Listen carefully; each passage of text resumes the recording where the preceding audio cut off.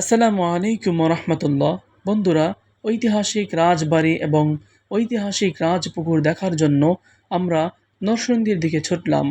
ঐতিহাসিক রাজবাড়ি, যেখানে শত শত বছর পূর্বে রাজারা বসবাস করত, আর ঐতিহাসিক রাজপুকুর, যেটা 500 বছর পূর্বের একটি পুকুর। ঐতিহাসিক রাজবাড়ি আজও বিদ্যমান রয়েছে, কিন্তু সেই রাজারা আর নেই। আমরা অতঃপর পৌঁছে গেলাম সেই রাজবাড়িতে।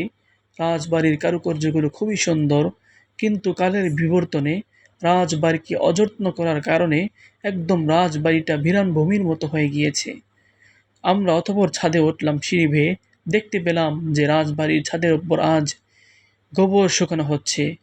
অতঃপর আমরা ঐতিহাসিক রাজপুকুরের কাছে এসে গেলাম। পুকুরটি দেখতে বিশাল বড়, বিশাল আকৃতির এই পুকুর। ইতিহাস সাক্ষী হয়ে আছে 500 বছরের এই পুকুরটি। আজও এই পুকুর বিদ্যমান রয়েছে, কিন্তু রাজারা আর নেই।